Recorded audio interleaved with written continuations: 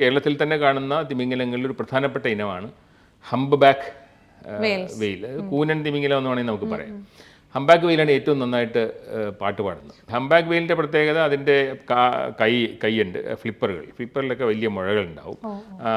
നീലത്തിമിംഗലം കഴിഞ്ഞാൽ ഏറ്റവും ഭാരം കൂടിയ തിമിംഗലമാണ്. ഹംബാക്ക് വെയിലിൻ്റെ ശബ്ദം ഏതാണ്ട് കടലിൽ 100 കിലോമീറ്റർ വെള്ളത്തിലൂടെ യാത്ര ചെയ്യും എന്നുള്ളതാണ്. അറബിക്കടലിലെ ഹംബാക്ക് വെയിൽ തിമിംഗലങ്ങളെ പറ്റി പഠിക്കുന്ന ഒരു ഗവേഷണ ഗ്രൂപ്പുണ്ട്. അവർ ഒമാനിലാണുള്ളത്.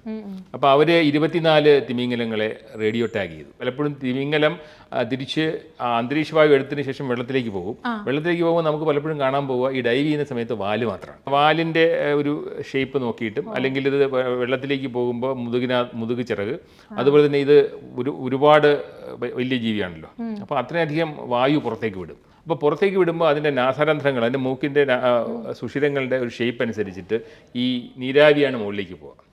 അപ്പോൾ ഈ നീരാവിക്ക് ഒരു പ്രത്യേക ഷേപ്പ് ഉണ്ടാവും, തിരിച്ചറിയാം. കടുവേന്റെ സ്ട്രൈപ്സ് ആണ് നോക്കുന്നതെങ്കിൽ തിമിംഗലത്തിന്റെ ശ്വാസത്തിന്റെ ആകൃതി നോക്കും, വാലിന്റെ ഘടന. അപ്പോൾ അങ്ങനെ ഒമാനിൽ നിന്ന് റേഡിയോ ടാഗ് ചെയ്ത 24 തിമിംഗലങ്ങൾ, ഒരു പെൺതിമിംഗലം മാത്രം അത് ഇന്ത്യയിലേക്ക് തിരിച്ചു. അപ്പോൾ അവര് ഞങ്ങളെ വിളിച്ചു പറയുന്നു. അപ്പോൾ അങ്ങനെ കൊച്ചിയിൽ നമുക്ക് കുറച്ച് ദൂരം ഈ തിമിംഗലത്തിന്റെ യാത്ര കണ്ടെത്താനായിട്ട് ആയി.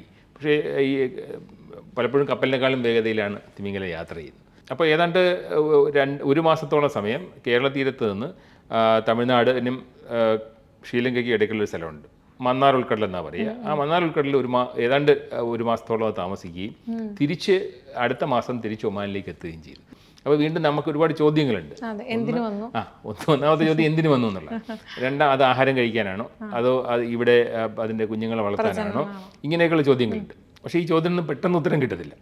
രണ്ടാമത്തെ ഒരു പ്രശ്നം എന്ന് പറയുന്നത്, ഈ തിമിംഗലങ്ങളെ പഠിക്കുക എന്ന് പറയുന്നത് അത്ര എളുപ്പമല്ല, വളരെയധികം ചിലവുള്ള കാര്യമാണ്. കാരണം ഇത് വളരെ തീരത്തോട് ചേർന്നല്ല യാത്ര ചെയ്യുന്നത്. ചിലപ്പോൾ 20-50 കിലോമീറ്റർ തീരത്തു നിന്ന് മാറിയിട്ടാണ്. അതുകൊണ്ട് തന്നെ നമ്മൾ ചെയ്തത് കേരള തീരത്തുള്ള വളരെ പ്രായം കൂടിയ മത്സ്യത്തൊഴിലാളികളുമായിട്ട് സംസാരിച്ചു ഈ വിഷയം.